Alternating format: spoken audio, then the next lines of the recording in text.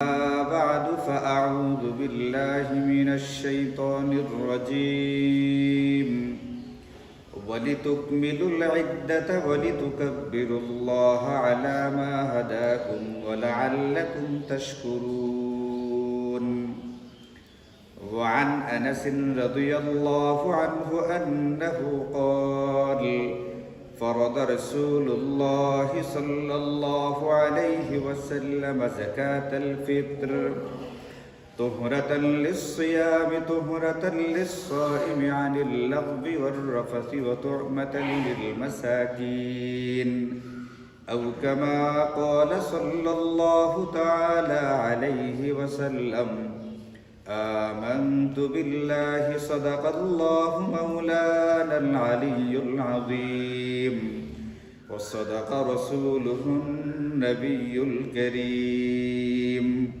ونحن على ذلك لمن الشاهدين والشاكرين والحمد لله رب العالمين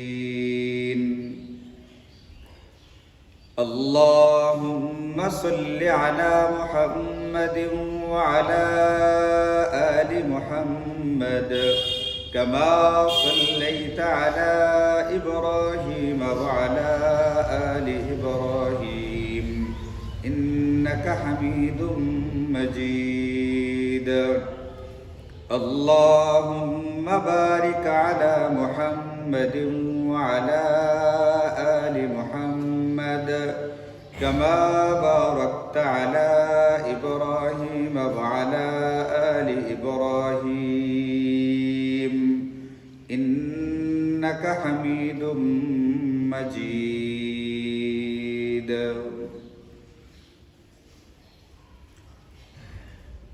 الحمد لله আল্লাহ পাকের অশেষ মেহেরবানিতে আমরা একটি মহাবরকতপূর্ণ মাসের শেষ পর্যায়ে আছি। একেবারে সময় যত দ্রুত শেষ হচ্ছে, আমাদের এই মহাবরকতপূর্ণ মাসের এবং অবশিষ্ট সময়টুকুর কদর করাটা তত বেশি জরুরি হয়ে গেছে। আমরা রমজানের শুরু থেকে শুনে আসছি, এবং রমজান হচ্ছে ইবাদতের বসন্তকাল। বিভিন্ন রকমের বৈচিত্র্যময় ইবাদত আল্লাহ পাক আমাদেরকে এই রমজানে দিয়েছিলেন। আমাদের জিন্দগির সবচেয়ে কাঙ্ক্ষিত বস্তু যেটা মাগফিরাত, আল্লাহ পাকের পক্ষ থেকে মাগফিরাত এবং আল্লাহ পাকের সন্তুষ্টি, রিদওয়ান, এই দুটো জিনিসকে হাসিল করে নেওয়া। এই দুটো জিনিস হাসিলের যে চেষ্টা আমাদের চলছিল, এই চেষ্টা এই আজকে সূর্যাস্তর সঙ্গে সঙ্গেই শেষ, ব্যাপারটা এরকম না। কারণ আমাদের মাগফিরাতের ঘোষণাটা হবে ঈদুল ফিতরের মাঠে ঈদের নামাজ আদায় করার পরে। এখন কোনো ব্যক্তি যদি চিন্তা করে আজকে সূর্যাস্তের সময় ইফতারের মধ্য দিয়ে মাহে রমজানের সমাপ্তি ঘটল এবং শাওয়াল মাসের সূচনা যেহেতু হয়ে গেছে, কাজে আমরা যে বরকতের মধ্যে ছিলাম সেটারও বোধহয় সমাপ্তি ঘটে গেছে, তাহলে ভুল হবে ব্যাপারটা। সূর্যাস্তের মাধ্যমে মাহে রমজানের সমাপ্তি ঘটবে, ঠিক আছে, কিন্তু মাহে রমজানে আমরা যে বিষয়টার ভিতরে ছিলাম, এই বিষয়টার চূড়ান্ত যে ফলাফল বা রেজাল্ট যেটা, এটা আগামী রাত্রি এবং পরের দিন ঈদুল ফিতর পর্যন্ত অপেক্ষা করতে হবে। এই জন্যে রমজানের পরে যে প্রথম রাত্রি, যেটা শাওয়ালের প্রথম রাত্রি, ঈদুল ফিতরের রাত্রি যেটা হয়ে থাকে, এটাকে আসমানে নাম দেওয়া হয়েছে লাইলাতুল জাইজা, প্রতিদান বা পুরস্কার প্রদানের রাত্রি। রাত্রিবেলায় পুরস্কার দেওয়া হবে, পুরস্কার ঘোষণা করা হবে আল্লাহ পাকের পক্ষ থেকে। ঈদুল ফিতরের দিন যারা ঠিকঠাক মতো রমজানের কদর করতে পেরেছে তাদের জন্য মাগফিরাতের ঘোষণা দেওয়া হবে। এখন যখন পুরস্কারের ঘোষণা দেওয়া হবে, আমি যদি এর আগেই লাগাম ছাড়া হয়ে যাই, তাহলে শেষ মুহূর্তে গিয়া, এটাকে বলে তীরের কাছে গিয়া তরি ডুবে যাওয়া, একবারে কাছাকাছি গিয়া নৌকাটা ডুবিয়ে ফেলার মতো অবস্থা হবে।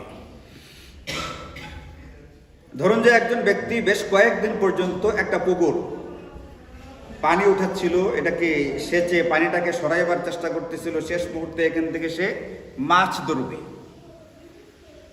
তার একটা প্রচন্ড আশা হচ্ছে এই যে ডোবাটা, নালাটা বা পুকুরটা আছে, এখানে যথেষ্ট পরিমাণের মাছ আছে, আমি এটাকে যদি পানিটাকে উঠে ফেলতে পারি তাহলে শেষ মুহূর্তে আমি এখান থেকে প্রচুর পরিমাণে মাছ পাবো, এমন একটা আশা অন্তরে আছে।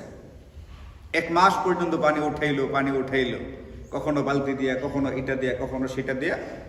যখন পানি শেষ পর্যায়ে মাছ ধরার সময় কাছাই আসছে, উত্তেজনার আতিশয্যে কষ্ট শেষ হয়ে গেছে, পানি সব উঠাই ফেলছি, এখন শুধু মাছগুলো ধরবো আর হয় বাজারে নিব অথবা ঘরে নিব। এমন একটা মুহূর্তে আনন্দের আতিশয্যে যদি আবার ওই বাঁধ দিয়া পানিটাকে উঠাইছিল, ওই বাঁধ যদি আবার খুলে ফেলে সমস্ত পানি যদি এখানে ঢুকে পড়ে, এই ব্যক্তিরা যেরকম নিষ্ফল এবং ব্যর্থ হবে, কোন ব্যক্তি মাহে রমজানে টুকটাক ইবাদত বন্দেগী করার পরে যদি অন্তত মাগফিরাতের ঘোষণার আগ পর্যন্ত লাগামহীন হয়ে যায়, এই ব্যক্তির অবস্থা ওই মাছওয়ালা ব্যক্তির মতো হবে, গোটা রমজানের সব ব্যর্থ হবে। এই জন্য আমাদের এখনো শেষ না, এখনো যথেষ্ট পরিমাণ সময় রয়ে গেছে, বাকি সময়টুকু যথাসম্ভব কাজে লাগানোর চেষ্টা করতে হবে। এবং সবচেয়ে বড় কথা হচ্ছে রমজানের সাথেই সংশ্লিষ্ট বেশ কিছু আমল এখনো বাকি রয়ে গেছে, রমজানের সাথেই সম্পর্কিত কিছু আমল বাকি রয়ে গেছে। এইগুলোর ভিতরে অন্যতম একটি হচ্ছে আজকের যে রাত্রিটা, লাইলাতুল ফিতরের যে রাত্রিটা, এই রাত্রিটা আমাদের কি করা লাগবে, কি করতে হবে। আমরা যেটা করে থাকি, যখন সূর্যাস্ত হলো, ঈদুল ফিতরের চাঁদ দেখা গেল, এখন এত বেশি আনন্দ উল্লাস আর হই হুল্লোড় করা হয়, গান বাজনা বাদ্যা এতটাই বেশি করা হয় যে পেপার পত্রিকাতে দেখলাম এরকম করে বলা হচ্ছে যে ঈদুল ফিতরের রাত্রিতে কোন কোন নাটকগুলো দেখানো হবে, ঈদুল ফিতরের রাত্রি উপলক্ষে কোনগুলোকে তৈরি করা হয়েছে, সেইগুলোর প্রচার এবং প্রসার করা হইতেছে। এর মানে হচ্ছে রাত্রিটা থেকেই আমাদেরকে এক প্রকারের লাগামহীন, বলগাহীন নাফরমানির ভিতরে লাগিয়ে দেওয়ার জন্যে গোটা পৃথিবীর সমস্ত বেঈমানি শক্তিগুলো তাদের প্রস্তুতির সবটাই কাজে লাগাইতেছে। আর আমি চিন্তা না করে, ফিকির না করে, না ভেবে, না বুঝে আমি তাদের সেই প্রপাগান্ডা, তাদের সেই ফাঁদের ভিতরে পা দিয়ে নিজের সব কিছুকে ধ্বংস করে ফেলার চেষ্টা করতেছে। এই ভুলটা আমাদের করা যাবে না। হযরত রাসূল আরবি সাল্লাল্লাহু আলাইহি ওয়াসাল্লাম হাদিসে পাকের মধ্যে ইরশাদ করেন, মান কামা লাইলাতাইল ঈদাইন মুহতাসিবান লিল্লাহ, যে ব্যক্তি ঈদের 2 রাত্রিতে আল্লাহ পাকের কাছ থেকে পুরস্কার প্রাপ্তির আশায় রাত্রি 2টার ভিতরে ইবাদত বন্দেগী করবে। ইবাদত বন্দেগী যে কোনো নফল ইবাদত বন্দেগী হতে পারে, আর যদি কোনো ইবাদত করতে না পারে অন্তত নিজেকে, যেটা সরাসরি আল্লাহ রাসূলের নাফরমানি, এই কাজ থেকে অন্তত নিজেকে বাঁচিয়ে রাখবে। তাকে বৈশা ঈদুল ফিতরের রাত্রিতে 1 রাত্রির ভিতরে কুরআনুল কারীমের খতম করে ফেলতে হবে, 1 লক্ষ বার আল্লাহ আল্লাহ জিকির করে ফেলতে হবে। এটা জরুরি না, এটা করতেই হবে, এটা বলা হচ্ছে না। ঈদুল ফিতরের রাত্রিটাকে উদযাপন করতে বলা হচ্ছে, তুমি যতটুকু পারো করবা, অন্তত এতটুকু করবা তোমার দ্বারা, যাতে করে অন্তত ওই দিন রাত্রিবেলায় কোনো নাফরমানির কাজ সংগঠিত না হয়, না চোখের দ্বারা, না কানের দ্বারা, না মুখের দ্বারা। রমজানে আমাদের মুখটাকে বন্ধ রাখা হয়েছে, মুখের দ্বারা কোনো কিছু খাবার, পানীয় ইত্যাদি গ্রহণ করা, এটা যেরকম মুখটাকে বন্ধ রেখেছিলাম, মুখটাকে বন্ধ রাখার মাধ্যমে রোজাকে উদযাপন করেছিলাম, আমাদেরকে ইসলামী শরিয়া এটাও বলেছিল মুখের মাধ্যমে যেরকম কোনো জিনিস গ্রহণ করা বৈধ, এরকম ভাবে কান এবং নাক এবং আমাদের দৃষ্টিশক্তি যেগুলো আছে, এগুলোর মাধ্যমে আল্লাহ এবং তার রাসূলের নাফরমানি হয়, এমন কোন জিনিস দ্বারা এইগুলোকে ব্যবহার করা, এটাও আমাদের জন্য নিষিদ্ধ ছিল। ঠিক অনুরূপভাবে ঈদুল ফিতরের যে রাত্রিটা, এটাও আমাদের জন্য বলগাহীন, লাগামহীন যে কোনো কিছু করার মতো সুযোগ আমাদের জন্য নেই। নবীজি সাল্লাল্লাহু আলাইহি ওয়াসাল্লাম ইরশাদ করেন, তুমি রাত্রিটাকে ইবাদতের মাধ্যমে উদযাপন করো, অন্তত তুমি নিজেকে গুনাহ থেকে হেফাজত করো। বৈধ আনন্দ করবে, কোনো অসুবিধা নেই, বৈধ আনন্দ করা এটা শরীয়তে সিদ্ধ, এটা শরীয়তে বৈধ, এটা ইসলাম অনুমোদন করে দিয়েছে, কিন্তু গুনাহ থেকে নিজেকে হেফাজত করো। তাহলে কি হবে? লাম ইয়ামুত কলবুহু ইয়াওমা তামুতুল কুলুব, যেদিন পৃথিবীর সমস্ত মানব জাতির অন্তরগুলো ভীত সন্ত্রস্ত থাকবে, আতঙ্কিত থাকবে, শঙ্কিত থাকবে, পেরেশান থাকবে, ওই দিন অন্তত ঈদুল ফিতরের রাত্রিতে যে গুনাহ করে না, এই ব্যক্তিরা পেরেশানি মুক্ত থাকবে। ওই দিনটা কোনটা? ওটা হচ্ছে কিয়ামতের দিন। কিয়ামতের দিনের ভয়াবহতা কি হবে, এটার বিভীষিকাময় যে অবস্থাগুলো, তার কিছুটা ঝলক আল্লাহ তার কুরআনের মধ্যে নবীজি সাল্লাল্লাহু আলাইহি ওয়াসাল্লাম হাদিসে পাকের মধ্যে আমাদেরকে দেখিয়েছেন। যেমন সূরাতুল হজ এর প্রথম আয়াতে আল্লাহ তাআলা বলেন, ইন্না জালজালাতাস সাআতি শাইউন আযীম, কিয়ামতের দিন যে কম্পনটা হবে একটা ভয়াবহ ব্যাপার। আল্লাহ বলছেন শাইউন আযীম, একটা ভয়াবহ ব্যাপার। আল্লাহ বলছেন এটা। যে বলেন আল্লাহ তো মহান, আল্লাহ যে জিনিসটাকে বিশাল বলতেছেন, ভয়াবহ বলতেছেন, সেটা আমাদের বেলায় কি দশা হবে? আমরা তো 5.5 6 মাত্রার ভূমিকম্প হলেই হই হুল্লোড় করে বিল্ডিং ভাঙছে না, কিন্তু নামতে গিয়া হই হুল্লোড় করে পারাত করে মারা যায়।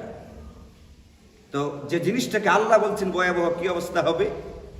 পরের আয়াতে আল্লাহ বলেন যে তাযহাবু কুল্লু মুরদিআতিন আম্মা আরদাআত, ওই দিন যদি কোনো নারী গর্ভবতী থেকে থাকে, ওই নারীর গর্ভপাত করবে, সন্তান পেট থেকে বের হয়ে আসবে।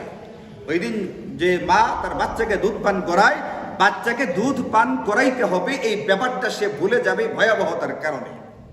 আবার একটা কঠিন দিনে যারা পেরেশান মুক্ত থাকতে চায়, যারা নিশ্চিন্ত থাকতে চায়, তাদের জন্য আল্লাহ এবং তার রাসূলের পক্ষ থেকে হিদায়াত দেওয়া আছে, নির্দেশনা দেওয়া আছে। ঈদের দিনের রাত্রি যেগুলো আছে, এইগুলোর ভিতরে যতটুকু বড় ইবাদত বন্দেগী করো, অন্তত নিজেকে নাফরমানি থেকে, সকল প্রকার গুনাহ থেকে রক্ষা করার সর্বোচ্চ সতর্ক থাকতে হবে, চেষ্টাটুকু করতে হবে। এটা আল্লাহ এবং তার রাসূলের পক্ষ থেকে আমাদের জন্য নির্দেশনা। ওই দিন রাত্রিবেলায় এশার নামাজটা জামাতের সাথে পড়বে। ঈদের দিন সকালবেলায় ফজরের নামাজটা মহল্লার মসজিদে জামাতের সাথে পড়বে। মাঝখানে সময়টা ঘুমাইতে পারে, কোনো অসুবিধা নেই। ঘুমিয়ে যাওয়া তো আর নাফরমানি না, ঘুমিয়ে যাওয়াকে নাফরমানি, বরং ঘুমাইলে ভালো। ঘুমাইলে নাফরমানি থেকে রক্ষা পাওয়া যায়। যতক্ষণ সজাগ আছে ঢুকে পড়ার ভয় আছে, যতক্ষণ সজাগ আছে নাফরমানিতে লেগে যাওয়ার একটা ভয় থেকে যায়। নবীজি বলেন যে মান সাল্লাস সুবহা মান সাল্লাল ইশা ফি জামাআতিন, যদি কোনো ব্যক্তি এশার নামাজটা জামাতের সাথে পড়তে পারে, ফাকান্নামা কামা নিসফাল লাইলি, অর্ধেক রাত্রি পর্যন্ত নফল নামাজ পড়ার সওয়াব তার আমলনামায় দেওয়া হবে। মান সাল্লাস সুবহা ফি জামাআতিন, ফজরের নামাজ যদি কোনো ব্যক্তি জামাতের সঙ্গে পড়তে পারে, ফাকান্নামা কামাল লাইলা কুল্লাহু, এই ব্যক্তি কেমন যেন সারা রাত্রি নফল নামাজ করে পারত। সারা রাত্রি নফল নামাজ পড়লে ইবাদত হয়ে গেছে না হয়েছে না? নবীজি তো এটাই বলছেন, রাত্রিবেলাটা ইবাদত বন্দেগী করে কাটাও। অন্তত যেদিন সমগ্র মানুষ ভীত সন্ত্রস্ত থাকবে, পেরেশান থাকবে, সেদিন তোমার কোনো পেরেশানি থাকবে না। আর কিছু করতে পারি বা না পারি, এশা আর ফজরের নামাজটা জামাতের সাথে আদায় করার চেষ্টা করি। নিজেকে যারা সরাসরি নাফরমানি, চোখ, কান, নাক বা মুখের গুনাহ হয়, এই প্রকার গুনাহ থেকে নিজেকে হেফাজতের চেষ্টা করি। এটা মাহে রমজানের সাথে সম্পর্কিত আমাদের জন্য আজকের একটা করণীয়, যে আজকের রাত্রিটাকে আমরা উদযাপন করব অন্তত গুনাহ মুক্ত অবস্থায় ইনশাআল্লাহ। 2 নম্বর যে বিষয়টা আমরা মাহে রমজানের সাথে সম্পর্কিত হিসাবে উদযাপন করব, সেটা হচ্ছে আগামীকালকে সকালবেলায় ফজরের নামাজের পরে যেটা করতে হয়, এটা হচ্ছে আল্লাহ তাআলা কুরআনুল কারীমে বলছেন যে ওয়ালা আল্লাকুম তাশকুরুন। মাহে রমজানের আলোচনা করতে গিয়া এক পর্যায়ে বলতেছেন তোমরা শুকরিয়া আদায় করবে। তোমাদেরকে এই জন্য মাহে রমজানের এই মহাবরকতপূর্ণ বিষয়গুলো, বৈচিত্র্যময় আমলগুলো তোমাদেরকে দেওয়া হয়। এই শুকরিয়াটা আদায় কিভাবে করা হবে? এই শুকরিয়া আদায় করবার জন্য ঈদুল ফিতরের দিন সকালবেলায় আমাদেরকে একটা আমল দেওয়া আছে। এই আমলটার আগে আমাদের কিছু করণীয়, এইগুলোকে বলা হয় থেকে ঈদের দিনের সুন্নাহ, ঈদের দিনের সুন্নত। ফিকহি পরিভাষা হিসাবে এগুলোর নাম হচ্ছে সুন্নত। কিন্তু আমি যদি এটা চিন্তা করি যে নবীজি সাল্লাল্লাহু আলাইহি ওয়াসাল্লামের পক্ষ থেকে দেওয়া আমার জন্য বিশাল দামি উপহার, নবীজির পক্ষ থেকে দেওয়া এটা উপহার, তখন আর এটার নাম কি ফরজ না ওয়াজিব, এটার নাম কি সুন্নত না মুস্তাহাব, এটার কোনো বিষয় থাকে না। আমাকে যেমন কোনো ব্যক্তি যদি 700 টাকা গজের পাঞ্জাবির কাপড় উপহার দেয়, এটা যেরকম আনন্দের বিষয়, এটা যেরকম আনন্দ লাগে, ভাল লাগে, কোনো ব্যক্তি যদি একটা 10 টাকা দামের কলমও কখনো উপহার দেয়, আমি দেখছি ভিতরে ভিতরে আমার ভাল লাগে। আপনাদের কি হয় জানি না, আমি আমারটা বলতেছি। আমাকে যদি কোনো ব্যক্তি 10, এরকমও হয়েছে, কলম দিছে, পাঞ্জাবির কাপড় দিছে, বিভিন্ন সময় মেসওয়াক দিছে, খুব হালকা হালকা উপহার, খুব স্বল্প মূল্যের, কিন্তু আমি দেখছি ভিতর থেকে আমার খুব ভালো লাগছে। ঢাকা থেকে আইসা ছোট্ট একটা আতরের কৌটো দিছে, একেবারে ছোট। এটার মানে এই যে 6 ml যে লম্বা বোতলটা এরকমও না, একটা ছোট্ট একটা আতরের কৌটা, খুব বেশি দাম হবে ব্যাপারটা এরকমও না, কিন্তু আমি ভিতর থেকে দেখলাম জিনিসটা আমার খুব ভালো লাগতেছে। তা তা আমি একটা ছোট্ট উপহার পাইলে, কম দামে একটা উপহার পাইলে যেখানে আমার ভালো লাগে, আনন্দ লাগে, দামি জিনিসটা যেরকম আনন্দের, কম দামিটাও যদি আনন্দের হয়, আমি যদি চিন্তা করি ফরজ আর ওয়াজিবটা যেরকম আল্লাহ এবং তার রাসূলের পক্ষ থেকে দেওয়া উপহার, এইটা যেরকম আমার জন্য দামি, সুন্নত আর মুস্তাহাব যদি হয়ে থাকে ওইটাও আল্লাহ এবং তার রাসূলের পক্ষ থেকে দেওয়া উপহার, কাজে আমি চিন্তা করলে আমার জন্য সেটাও একটা দামি ব্যাপার। এই জন্য ঈদের দিন সকালবেলায় 13-14টা সুন্নত আছে, এই সুন্নতগুলো নবীদের পক্ষ থেকে উপহার হিসাবে গ্রহণ করতে হবে এবং এইগুলোকে গ্রহণ করে নিতে হবে। আতরের কৌটা দিলে আমি যেরকম গ্রহণ করি না এটা না, আমি যেরকম গ্রহণ করি এটাকে যত্নে রাখি, পকেটে রাখি, সযত্নে এটাকে হেফাজতের চেষ্টা করি। নবীজির সুন্নতগুলোকে হেফাজত করতে হবে কিভাবে? এটা শুধু মুখস্থ করার মাধ্যমে হয় না, এটা শুধুমাত্র জেনে নেওয়ার দ্বারা হয় না, এইগুলোর উপরে আমল করলাম মানে হলো আমি এটাকে গ্রহণ করে নিলাম। কাজে এইগুলোর উপরে আমাদের আমল করতে হবে, এই সুন্নতগুলো জেনে নিতে হবে। এই সুন্নতগুলোর ভিতরে 1 নাম্বার যে সুন্নতটা আছে সেটা হচ্ছে ঈদের দিন সকালবেলায় অতি সকালে ঘুম থেকে ওঠার চেষ্টা করা। রমজানে অনেকে রোজা রেখে সেহরি খেয়ে যে ঘুমাইছে 1টা-2টার সময় ঘুম থেকে উঠছে এমনও জানা যায়, মানে দুপুর গেছে খালি ঘুমাইতে ঘুমাইতে। এরপরে বাকি সময়টা গোসল টুসুল, ঘুম থেকে ওঠা, নামাজ পড়লে নামাজ ইত্যাদি টুকটাক কাজগুলো করতে করতে তো সন্ধ্যা হয়েই যায়। রোজার অনুভূতিটা, রোজাটাকে বোঝা, এটা কি হইছে কি হইছে না, এটা কতটুকু উপলব্ধিতে আসছে আল্লাহু আলাম। অন্তত ঈদের দিন সকালবেলা খুব ঘুম থেকে উঠতে হবে। এরপরে ফজরের নামাজটা স্থানীয় মসজিদে জামাতের সাথে আদায় করতে হবে। একটু আগে গেছে, ফজরের নামাজ জামাতের সাথে পড়বে, সারা রাত্রি নফল নামাজ পড়ার সওয়াব তার আমল নামায় লিখে দেয়। এরপর ফজরের নামাজের পরে আমাকে যেটা করতে হবে, ঈদুল ফিতরের নামাজের জন্য প্রস্তুতি নিতে হবে। এই প্রস্তুতির জন্য যে কাজগুলো করতে হয় এইগুলোকে ভিন্ন ভিন্ন একটা সুন্নত হিসেবে নবীজির পক্ষ থেকে স্বীকৃতি দেওয়া হয়ে গেছে। কাজটা আমি আমার প্রাকৃতিক প্রয়োজনেই করি, আমার ব্যক্তিগত দরকারই করি, কিন্তু এরপরেও ঈদের দিন সকালবেলায় এইগুলোকে আমল হিসাবে, ইবাদত হিসেবে ঘোষণা দেওয়া হয়েছে এবং এইগুলোর বিনিময়ে প্রচুর পরিমাণের নেকি আর পুরস্কারের ঘোষণা দেওয়া হয়েছে।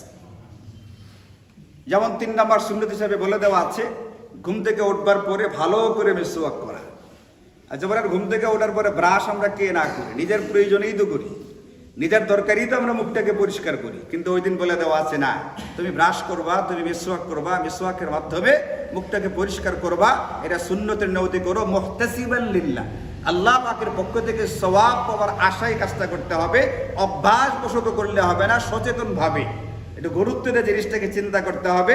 এবং শুধুমাত্র ঈদের দিনের আমল এটা না, একজন মুসলমানের মিসওয়াক সব সময় থাকার কথা। শেখুল হাদিস জাকারিয়া কানদালভি রাহিমাহুল্লাহ তিনি শরঈ আলোকে বলছেন, মিসওয়াকের যে কতগুলো ফজিলত আছে এর ভিতরে অন্যতম একটা ফজিলত হচ্ছে, যে ব্যক্তি নিয়মিত মিসওয়াক করবে এই ব্যক্তি ইন্তেকালের সময় অতি সহজে কালিমা পড়তে পারবে। মিসওয়াক যে নিয়মিত করবে, মিসওয়াক মৃত্যুবরণ করার সময় অতি সহজে সে কালিমা পড়তে পড়তে মৃত্যুবরণ করবে। আর যে ব্যক্তি নেশা জাতীয় দ্রব্য গ্রহণ করবে, মদ, হিরোইন, গাঁজা, ফেন্সিডিল, আরো যত রকমের আছে, এগুলো যারা গ্রহণ করবে এইগুলোর একটা অন্যতম সমস্যা হচ্ছে এই ব্যক্তি মুসলমান হলেও মারা যাওয়ার সময় কালিমা পড়তে পারবে না। মিসওয়াক করলে কালিমা সহজে পড়তে পারবে, নেশা জাতীয় দ্রব্য গ্রহণ করলে, যে কোনো দ্রব্য হোক না কেন, এটা কালিমা পড়তে পারবে না, মৃত্যুবরণ করার সময় তার কালিমা নসিব হবে না। আর জাহান্নামে তো জাহান্নামীদের পুঁজ গ্লাসের পর গ্লাস ভর্তি করে দেওয়া হবে, এটা তাকে খাইতে হবে। শরবত না, কিন্তু গতকালকে এক জায়গায় ইফতার করতে গেছি, গ্রামে খুব দরিদ্র একজন ব্যক্তি অনেকদিন থেকে আমাকে বলতেছে ইফতার করার জন্য। শহরেও একটা দাওয়াত ছিল খুব ঝাঁকজমকপূর্ণ, আমি ওই বাড়িতে গেছি, গ্রামে অনেক দূরে।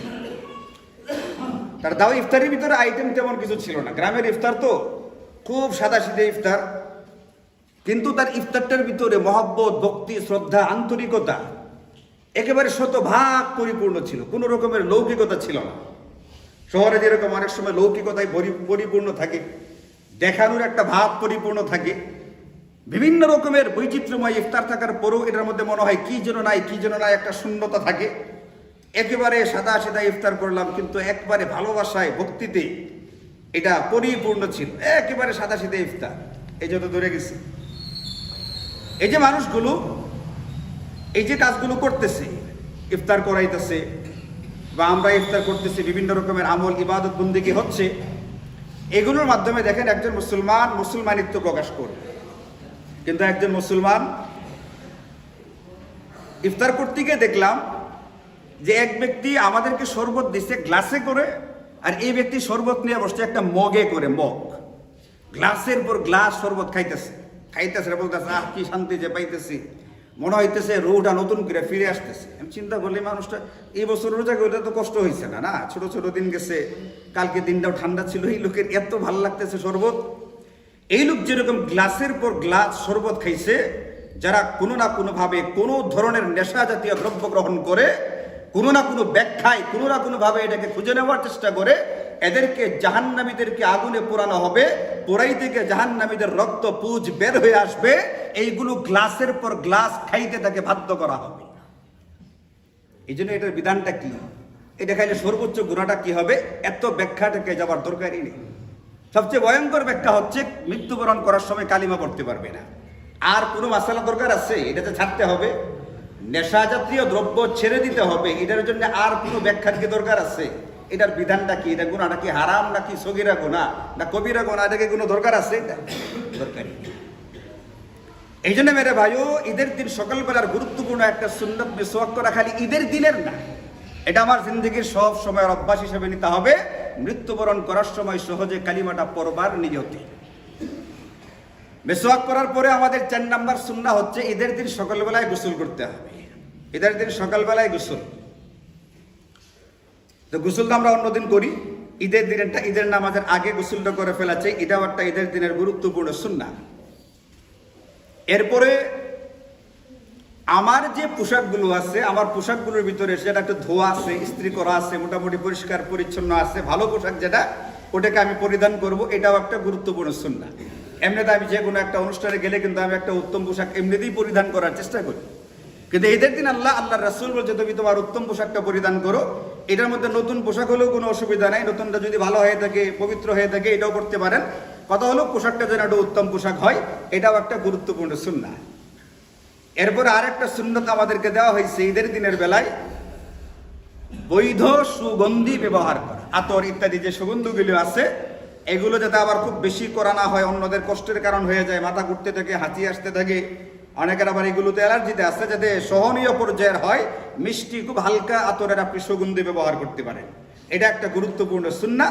এবং শরীয়তের সীমানার ভিতরে থেকে সাজসজ্জা গ্রহণ করা ঈদের দিন। ঈদের দিন একটা সাজসজ্জা গ্রহণ করে, মনে করেন যে এমনিতে পাঞ্জাবি পরে সাদা সিধে, কিন্তু ঈদের দিনের পাঞ্জাবির একটু এমব্রয়ডারি করা, একটু কাজ করা হতে পারে, কোনো অসুবিধা নেই।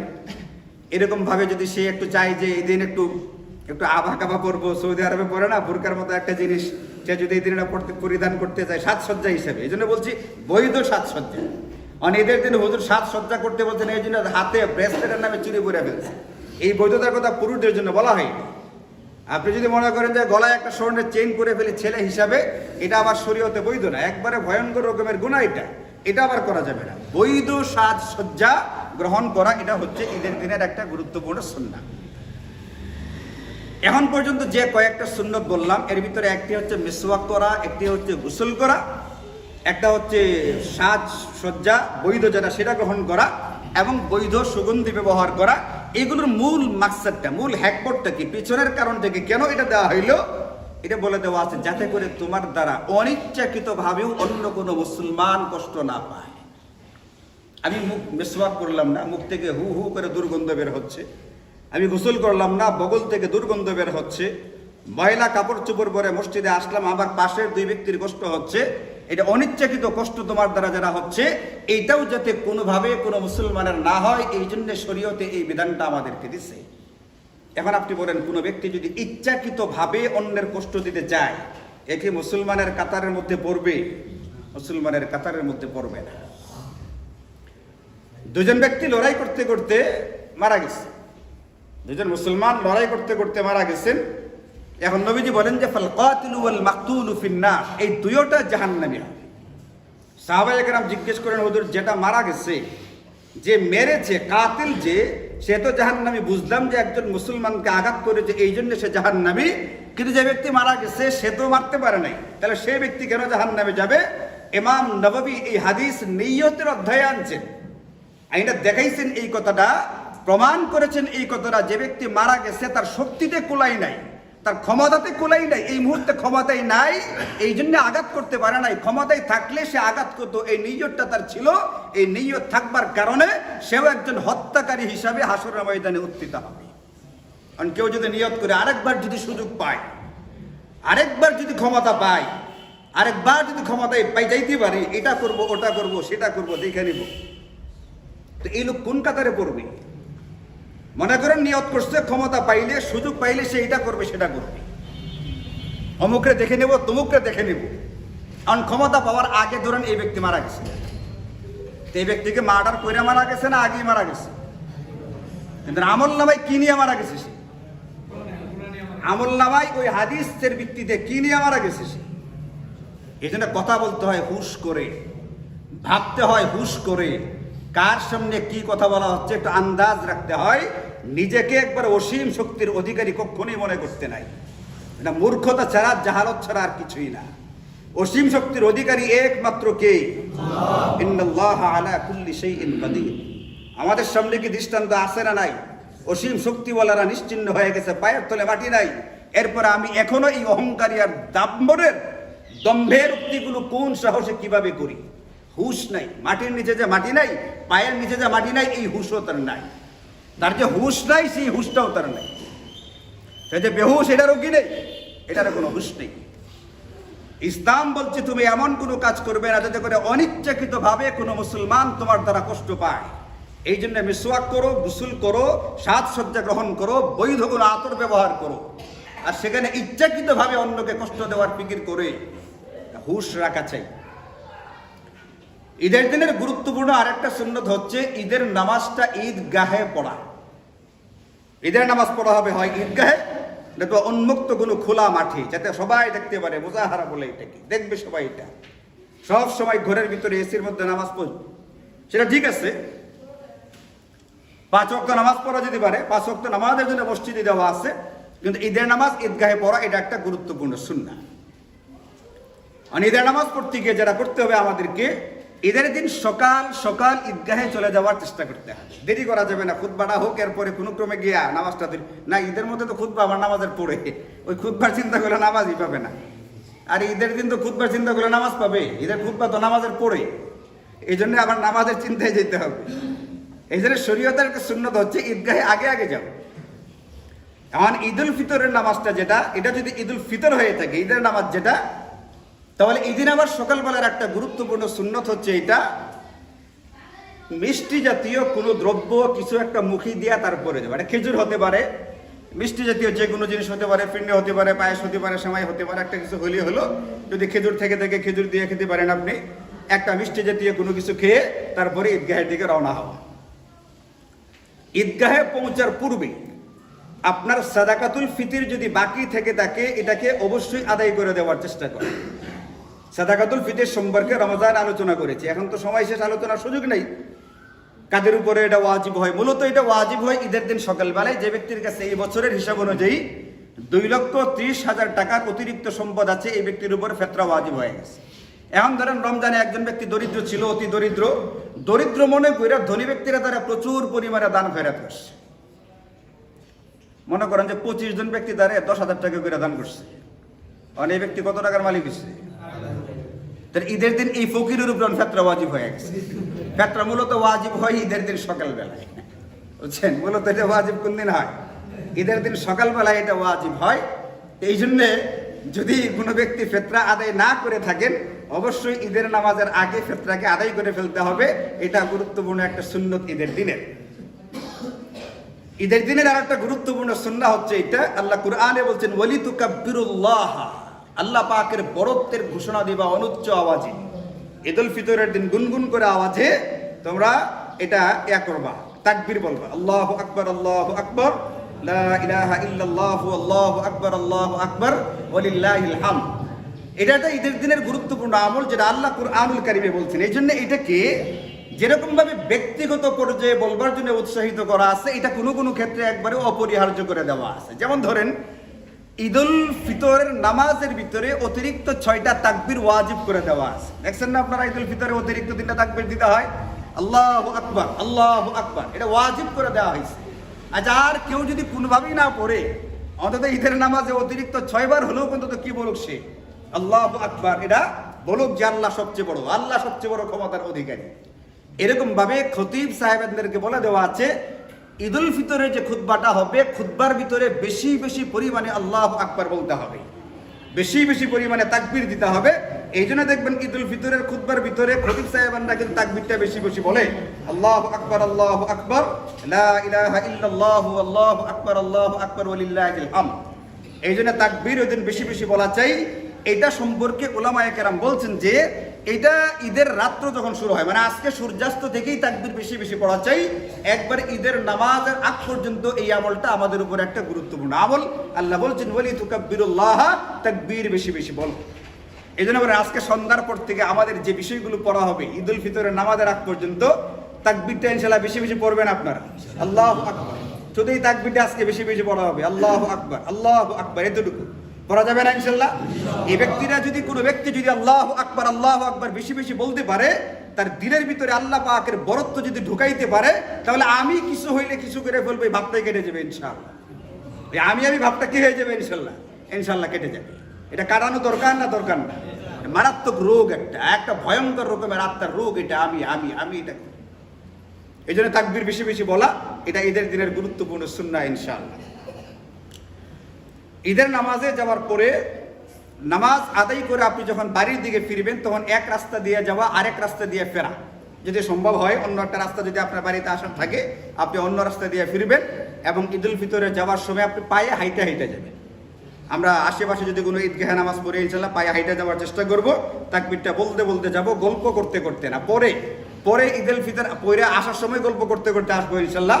যাওয়ার সময় গল্পটা হবে আল্লাহ পাকের সাথে, যাওয়ার সময় গল্পটা হবে আল্লাহর সাথে, আসার সময় গল্পটা হবে বন্ধুর সাথে। তাকবীর বলতে বলতে যাব। এইগুলো হচ্ছে ঈদের দিনের গুরুত্বপূর্ণ সুন্নাহ। এই সুন্নাতগুলো মনে করে ইনশাআল্লাহ আমল করার চেষ্টা করব। আল্লাহ পাকের তৌফিক আমাদেরকে সকলকে দান করুন। ঠিক আছে না ইনশাআল্লাহ? আর বাকি আরো কিছু আলোচনা আছে ইনশাআল্লাহ, সামনে আরো সুযোগ আছে। ঈদুল ফিতরের মাঠের বয়ান আছে, তারপরে আগামী শুক্রবার আছে, তখনও করলে হবে। আল্লাহ পাকের তৌফিক হলে, হায়াত থাকলে আলোচনা করা হবে। আজকে যতটুকু আলোচনা করা হলো, আল্লাহ পাক যেন আমাদেরকে এইগুলোর উপর আমল করার তৌফিক দান করেন। অন্তত আজকের রাত্রিটা সকল প্রকার নাফরমানি থেকে নিজেকে হেফাজতের চেষ্টা করব। ঈশা আর ফজর অবশ্যই জামাতের সাথে পড়ার চেষ্টা করব, এবং ঈদের দিনের সুন্নতগুলো গুরুত্ব দিয়ে আদায় করার চেষ্টা করব। আল্লাহ তাআলা তৌফিক দান করুন। ওয়া আখিরু দাওয়ানা আলহামদুলিল্লাহি রাব্বিল আলামিন।